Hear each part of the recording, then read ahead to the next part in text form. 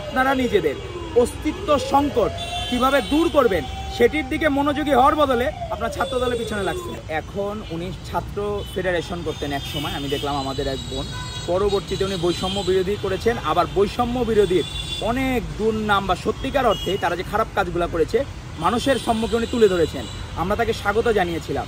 কিন্তু গতকাল দেখলাম বাম রাজনীতি, তাহলে আপনার মধ্যমপন্থী রাজনীতি কেউ করবে, কেউ ডান করবে, কেউ বাম করবে, সেটাকে আপনি তো বাধা দিতে পারবেন না।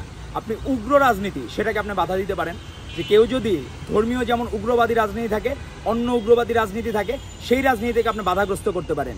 কিন্তু আপনি শুধু বামকে ধারণ করবেন, ডানকে ধারণ করবেন না, মধ্যমপন্থীকে ধারণ করবেন, তা তো হবে না।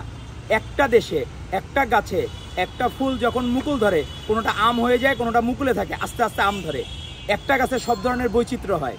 তো সেই জায়গায় আপনি এই রাজনীতির, আমাদের যে বাংলাদেশের যে পরিবেশ, সেখানে সকল ধারা ছিল, আপনি সেই দ্বারাই শুধু বামকে পেট্রোনাইজ করবেন আর কাউকে পেট্রোনাইজ করবেন না।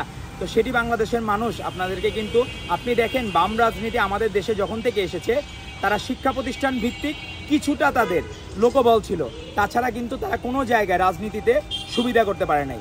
তারা কিন্তু কোনো জায়গায় রাষ্ট্রীয় ক্ষমতায় কখনো তাদের বড় দল বা কোনো জায়গায় তারা কিন্তু কখনো যায় নাই।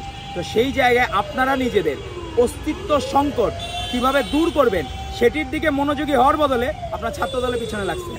তো এটি আসলে বাংলাদেশের মানুষ বাজেভাবে নিচ্ছে। কারণ ছাত্রদল বাংলাদেশের মানুষকে ধারণ করে, ছাত্র সমাজকে ধারণ করে দেখি সে জনপ্রিয়, সে কমিটি দিচ্ছে। আপনার কমিটি দেন না কেন?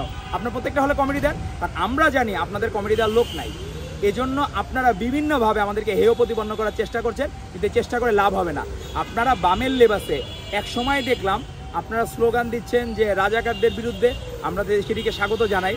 কিন্তু আপনারা যখন অন্যায়ভাবে মব সৃষ্টি করবেন, সেটিকে বাংলাদেশের মানুষ কখনো স্বাগত জানাবে না। আর অন্তর্বর্তীকালীন সরকারকে অনুরোধ করব, যারা এই ধরনের মব সৃষ্টি করছেন তাদের ব্যাপারে কঠোর থেকে কঠোরতর সিদ্ধান্ত নেওয়ার জন্য অনুরোধ করব। ধন্যবাদ আপনাকে।